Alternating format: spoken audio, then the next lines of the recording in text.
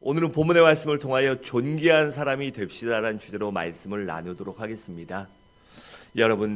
여러분들은 어떤 사람이 되고 싶으십니까? 존귀한 사람인가요? 아니면 멸시와 천대받는 사람입니까? 아마도 모두가 존귀한 사람이 되고 싶을 것입니다. 그러면 존귀한 사람이란 어떤 사람일까요? 그것은 바로 주변 사람들에게 칭찬을 받는 사람이요, 존경을 받거나 높임을 받기도 하고 은혜스럽고 영광스러운 사람을 존귀한 사람이라 부릅니다. 여러분, 오늘 본문에 보면 야베스를 그 형제보다 존귀한 자라고 그렇게 말씀합니다. 여러분, 그런데 사실 야베스는요, 처음부터 존귀한 자가 아니었습니다. 그는 가문이 좋지도 않았고 사회적인 신분이 높거나 아니면 인품이 고결한 그러한 존귀한 자, 날 때부터 태생적으로 요새 말로 금수저, 다이아몬드 수저를 들고 태어난 사람이 아니었어요.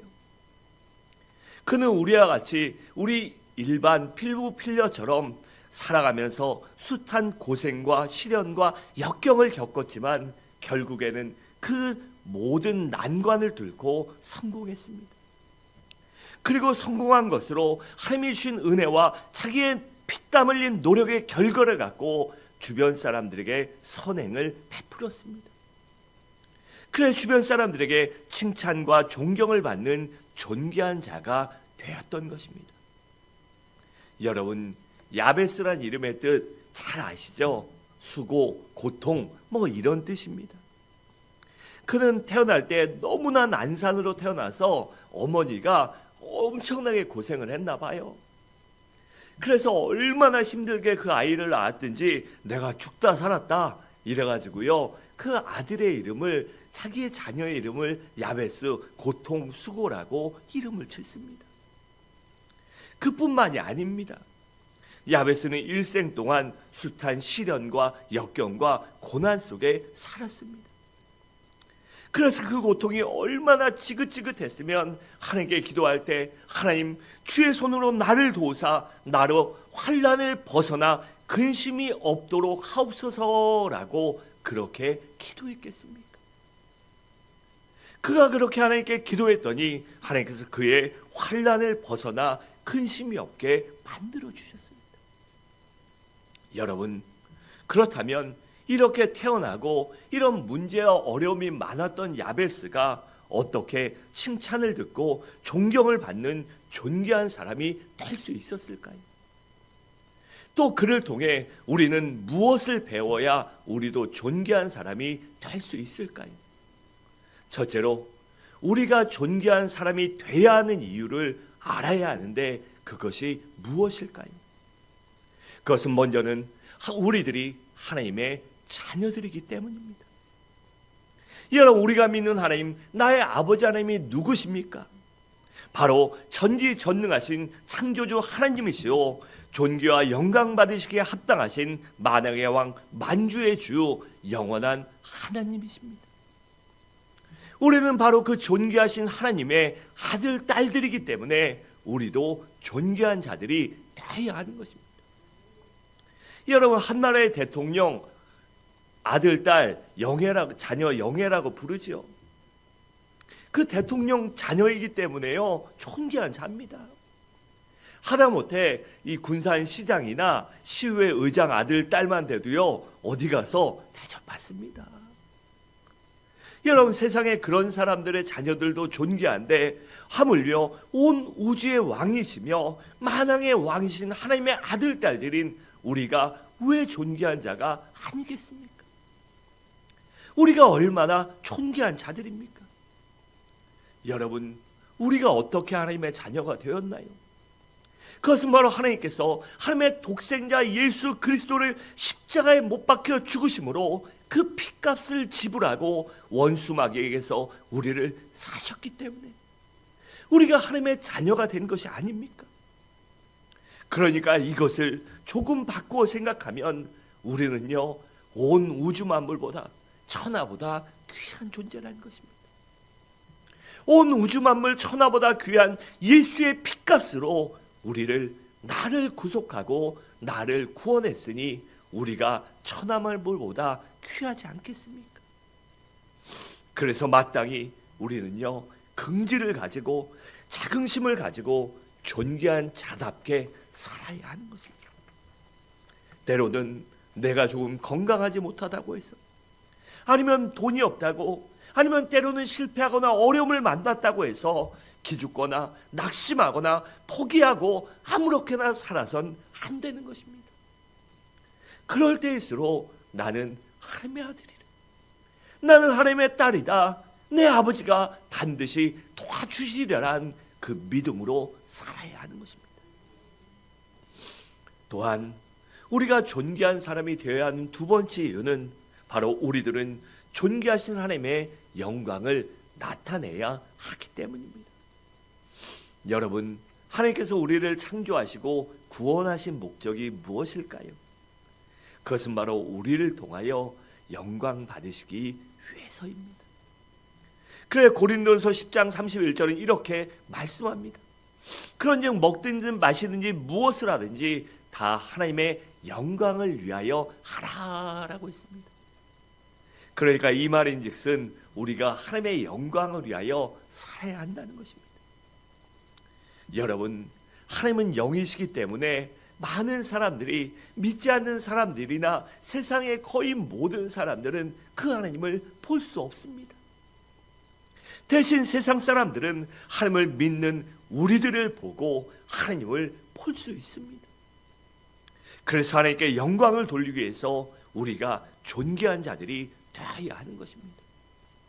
여러분, 우리가 신앙생활 열심히 하고 우리가 하나님 믿고 주일에 성경책 들고 교회 가는데 우리에게 어떠한 하나님의 능력과 은혜가 일어나지 않는다면 주변 사람들이요, 뭐라고 하겠습니까?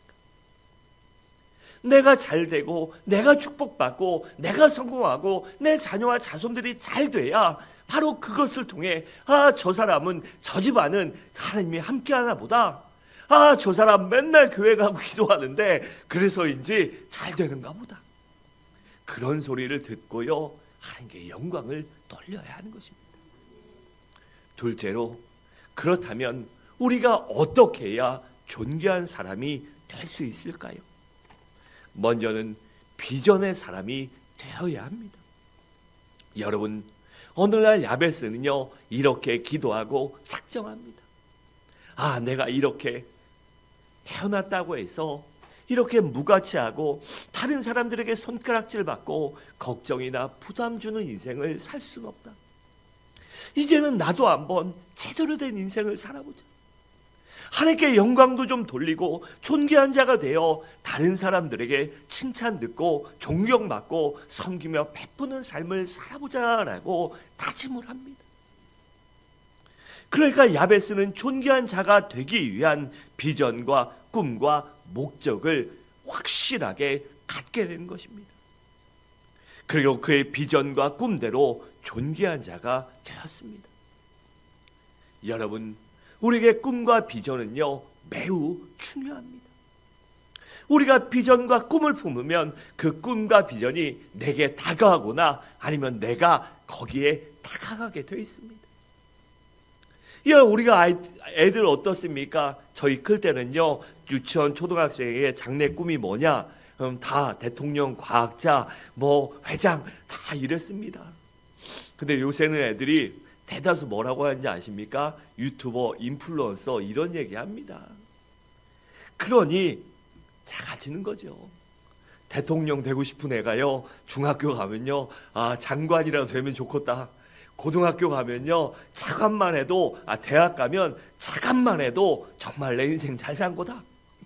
그리고 사회 나가면요, 차관이 아니라 5급만 돼도 할렐루야 합니다. 여러분, 그런 아이들이, 그런데요, 꿈이 낮고 비전이 낮으면 무엇을 하겠습니까? 여러분, 한창 살기 어려웠던 몇 년 전은 어땠습니까? 부모가 쎄빠지게 공부 가르치고 쎄빠지게 인생 갈아 넣어서 목숨 갈아 넣어서 키워놨더니 대학교 졸업하고 정작 한다는 짓이 노량진 공무원 학원 가서 9급 공무원 중부하고 있습니다. 9급. 9급이나 공무원을 비하하는 건 아닙니다. 그렇게 열심히 하고 대학 4년제 나오고 아니면 수도권에 좋은 대학 나온 애들도 9급 공무원 못해서 그러니 그 아이 인생이 어떻겠습니까? 그런데 그때 9급, 8급 된 친구들 어떤지 아십니까? 지금 거의 다 옷 벗고 나갑니다. 왜? 이건 아닌 게벼. 여러분, 그들이 꿈이라도 크게 가졌으면 그렇게 되지 않았을 것입니다. 여러분, 그래서 우리는요, 큰 꿈과 비전을 가져야 합니다. 너 같은 게 누가 뭐라고 해도요, 왜 내가 어떻습니까? 하나님의 아들, 딸 아닙니까? 내가 못 배우고 가진 게 없고 배경이 안 좋든 그게 세상에 보는 눈이지만 나에겐 전지전능한 아버지 하나님이 계시지 않습니까? 그래도 꿈이라도 크게 가져야 하는 것입니다. 그 히브리서 11장 1절은 우리에게 이렇게 말씀합니다. 믿음은 바라는 것들의 실상이요 보지 못하는 것들의 증거니라 라고 있습니다. 여러분, 사람이요 비전을 품으면 생각이 달라지고 말과 행동이 달라지게 되어 있습니다. 그런데 비전을 품는 사람들은 몇 가지 특징을 갖고 있습니다. 그것은 바로 어떠한 경우에라도 낙담하거나 포기하거나 자포자기하지 않고 하면 된다, 할 수 있다, 반드시 나에게도 쨍하고 해뜰 날 그날이 올 거다, 그 믿음을 갖고 삽니다. 그리고 그 믿음으로 그 어떤 환경과 어려움과 역경도 극복할 줄 아는 것입니다. 그래서 우리 모두 큰 꿈과 비전을 소유하시기 바랍니다. 또한 우리가 존귀한 자가 되기 위해서는 하나님을 존귀히 여기는 사람이 되어야 합니다. 여러분, 야베스는요 하나님을 너무나도 존귀하게 여겼습니다. 왜일까요? 자신을 존귀하게 만들어 주실 분은 하나님 한 분밖에 없다는 사실을 알고 믿었기 때문입니다. 그렇기 때문에 그가 하나님께 간절히 부르짖었던 것입니다. 그리고 그 기도대로 그는 존귀한 사람이 되었습니다. 여러분, 내가 사람들에게 존귀함을 받기 위해서는요 겉모 쓸수를 쓰고 세상 말로 정치질하고 아니면 요령 피운다고 되는 것이 아닙니다. 또 돈이나 권력이 있고 지식이 있고 총이나 칼로 존귀함을 얻는 것이 아닙니다. 여러분, 진정한 존귀함이란 하나님이 만들어 주셔야 하는 것입니다. 하나님이 나를 존귀하게 만들어 주셔야 내가 무엇을 하든 어디에 있든 어떤 사람이든 존귀함을 받는 것입니다. 그래서 잠언 8장 16절은 이렇게 말씀합니다. 나로 말미암아 재상과 존귀한 자 곧 세상의 모든 재판관들이 다스리니라 라고 했고, 역대상 29장 12절에 보면 부귀가 주께로 말미암고 라고 했습니다. 그렇다면 하나님께서는 어떤 사람을 존귀한 자로 만들어 주실까요? 그것은 바로 하나님을 진정으로 최고로 사랑하며 하나님을 최고로 존귀하게 여기며 절대 신뢰하고 하나님만을 의지하고 하나님께 절대로 순종하는 자들입니다. 그래서 사무엘상 2장 30절은 이렇게 말씀합니다. 나를 존중히 여기는 자를 내가 존중히 여기고 나를 멸시한 자를 내가 경멸히 여기리라 라고 있습니다. 또 말라기 2장 2절에 보면 내 이름을 존귀케 여기지 않으면 내가 너희에게 저주를 내려 너희가 누리는 복을 저주로 바꾸겠다라고 했습니다. 여러분, 다윗을 한번 생각해 보십시오. 그가 하나님을 얼마나 존귀하게 여겼습니까? 그랬더니 하나님께서 그를 존귀하게 만들어 주셨습니다. 사무엘하 7장 9절은 이렇게 말씀합니다. 내가 어디를 가든지 내가 너와 함께 있어 내 모든 대적을 내 앞에서 멸하였은즉 세상에서 존귀한 자의 이름같이 내 이름을 존귀케 만들어 주리라 라고 했습니다. 또 역대상 29장 28절에 보면 저가 나이 많아 늙도록 부하고 존귀하다가 죽음에 라고 했습니다. 그래가 다윗이 어떠한 상황과 환경에서도 하나님을 최고로 사랑하며 최고로 존귀하게 여기며 철저히 신뢰하고 의지하며 충성했을 때 하나님의 때가 되자, 하나님의 시간이 되자 하나님이 다윗을 존귀하게 만들어 주셔서 세상 누구보다도 존귀하고 강하고 부요하고 축복받은 사람으로 만들어 주셨다는 것입니다. 또 그것으로 끝난 게 아닙니다. 그가 하나님을 그렇게 끝까지 존귀히 여기자 그가 죽을 때까지 하나님이 존귀케 만들어 주신 것입니다. 여러분, 그렇기 때문에 우리도 하나님을 최고로 존귀하게 여기시기 바랍니다. 언제나 하나님 중심으로 살아가며 하나님께 경배와 찬양하며 언제나 하나님만을 의지하며 순종하며 사랑하시기 바랍니다. 그럼 하나님께서 반드시 하나님의 시간에 우리를, 나를, 내 가정을, 내 자녀와 자손들을 존귀하게 만들어 주실 것입니다. 또한 우리가 존귀하게 되기 위해서는 기도하는 사람이 되어야 합니다. 우리 10절을 함께 읽겠습니다. 시작.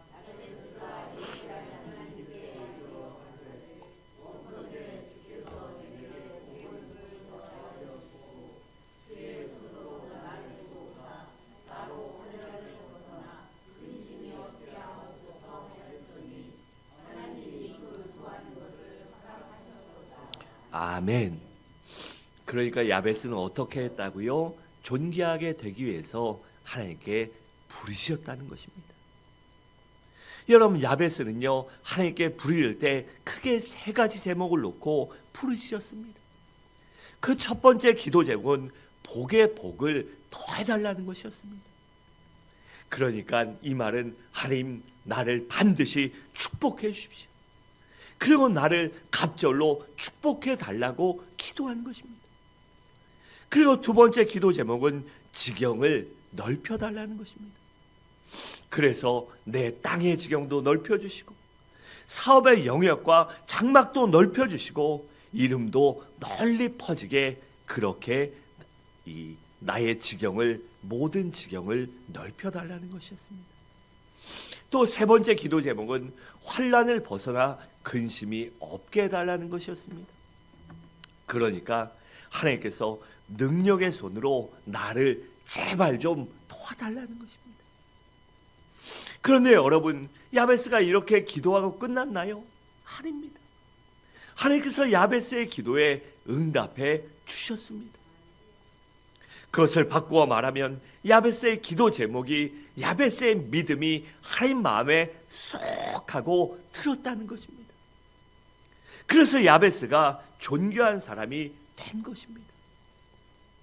여러분, 야베스처럼 하나님 앞에 아무리 힘들고 어렵더라도 기도하고 부르셔서 존귀하게 됐다면 누가 그를 무시하겠습니까? 우리도 기도하면서 하나님께 응답받는 일을 체험하면 누가 우리를 무시하겠습니까? 오히려 기도해달라고 부탁하고 오히려 존귀하게 여기지 않겠습니까? 그래서 예레미야 29장 12절과 13절은 이렇게 말씀합니다. 너는 내게 부르짖으며 와서 내게 기도하면 내가 너희를 들을 것이요 너희가 전심으로 나를 찾고 찾으면 나를 만나리라 라고 했습니다. 또 예레미야 33장 2절과 3절은 이렇게 말씀합니다. 이를 해내는 여호와, 그것을 지어 성취하는 여호와, 그 이름을 여호와라 한 자가 이같이 이르노라. 너는 내게 부르짖으라. 내가 내게 응답하겠고 내가 알지 못하는 크고 은밀한 일을 내게 보이리라 라고 했습니다. 여러분, 우리가 살아가면서 만나는 환난과 역경과 시련과 공경에서 나를 건져주실 분은 오직 여호와 하나님 한 분밖에 없습니다. 그런데 그 하나님이 나를 언제 건져주신지 아십니까? 바로 부르짖을 때입니다. 그래서 야베스가 그 곤경과 환난에서 근심에서 부르짖었을 때 그를 건져주시고 존귀케 만들어주신 것입니다. 그러면 우리들도 하나님 앞에 언제나 기도하시기 바랍니다. 삶의 모든 문제와 고민과 염려와 아니면 미래일까지도 아니면 결정해야 하는 모든 순간에 하나님께 기도하고 그 뜻과 도우심과 긍휼과 자비하심을 구하시기 바랍니다. 그럼 반드시 건져주시고 인도해 주시고 축복해 주시고 함께 하실 것입니다. 또한 우리가 존귀한 자가 되기 위해서는 성실한 사람이 되어야 합니다. 여러분, 야베스는요 정말로 성실하고 정직한 사람이요 부지런한 사람이었습니다. 그래서 하나님께서 그를 축복해 주셨고 존귀한 자로 만들어 주신 것입니다. 여러분, 존귀한 자가 되고 싶으십니까? 그렇다면 매사에 정직하고 부지런하고 충성스러운 사람이 되시기 바랍니다. 그럼 반드시 하나님께서 존귀한 자로 만들어 주십니다. 여러분, 다니엘을 한번 생각해 보세요. 그는 유대인으로 바벨론 제국의 포로였지만 또 바사 제국의 식민지 출신이었지만 그런 그가 어떻게 바벨론 제국과 바사 제국의 이 두 거대 제국에서 총리를 치낼 수 있었을까요? 그것은 가장 먼저 그의 신앙심이 뛰어나서 하나님 마음에 들었기 때문이지만 그것 외에도 그가 성실하게 땀을 흘리고 노력해서 실력을 쌓았기 때문이며 언제나 정직했기 때문이고 또한 언제나 충성스러웠기 때문입니다. 그래서 우리들도 언제나 정직한 사람이 되어야 하는 것입니다. 또한 우리가 존귀한 자가 되기 위해서는 베풀 줄 아는 사람이 되어야 합니다. 여러분, 야베스는 그 이름이 말해주시듯이 너무나 상처와 아픔이 많았던 사람입니다. 여러분, 야베스도 그렇게 무시당할 상황과 환경을 갖고 있었으니 주변 사람들이 그를 얼마나 놀리고 괴롭게 했겠습니까? 여러분, 세상 살아보세요. 만만하면 빡합니다. 사람이 좋아서 아니면 사람이 착해서 그래도요 막 하는데 놀릴 건덕지가 있으면 얼마나 사람들이 그거가 괴롭히고 야베스를 아프게 했겠습니까?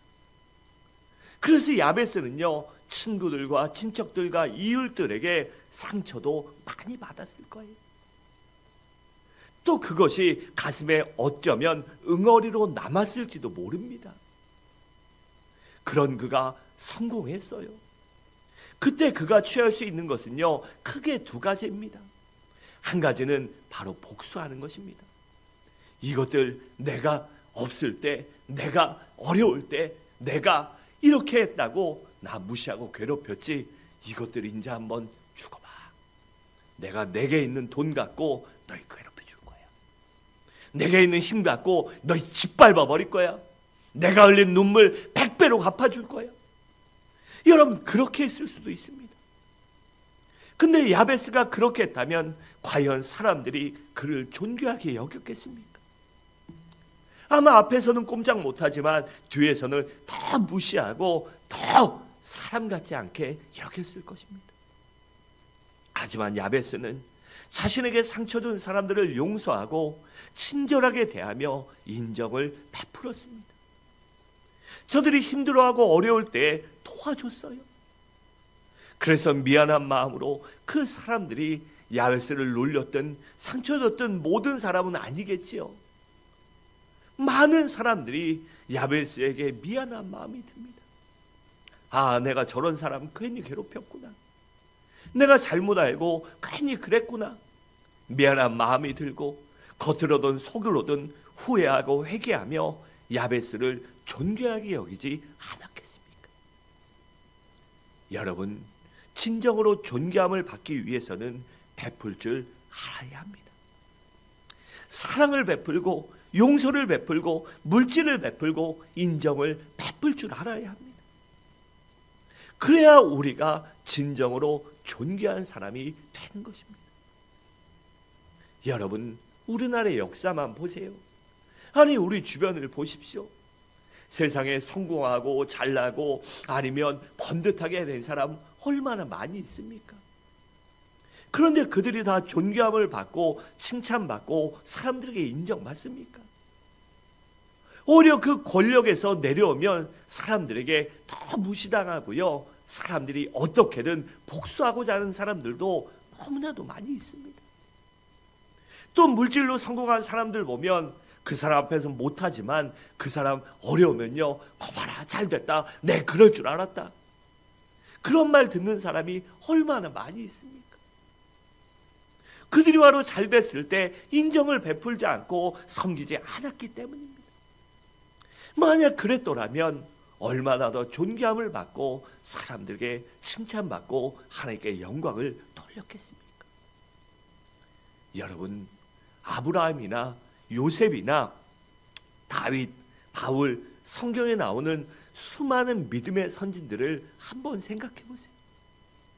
저들은 한결같이 베풀 줄 아는 사람이었고 다른 사람을 섬길 줄 아는 사람이었습니다. 그러니 어떻게 존귀함을 받지 않을 수 있겠습니까? 사랑하는 성도 여러분, 말씀을 마치도록 하겠습니다. 우리가 존귀의 여김을 받느냐 받지 못하느냐는 바로 내 자신의 태도에 달려 있습니다. 그러므로 우리 모두 언제나 하나님을 존귀하게 여기는 비전의 사람, 기도의 사람, 성실하고 베풀 줄 아는 사람이 되시기 바랍니다. 그리하여 하나님께서 반드시 존귀한 자로 만들어주시는 은혜를 누리고 하늘나라 갈 때까지, 상급의 심판대 앞에 설 때까지 그 존귀함을 누릴 수 있는 우리 모든 성도님들 되시기를 주님의 이름으로 간절히 축원합니다.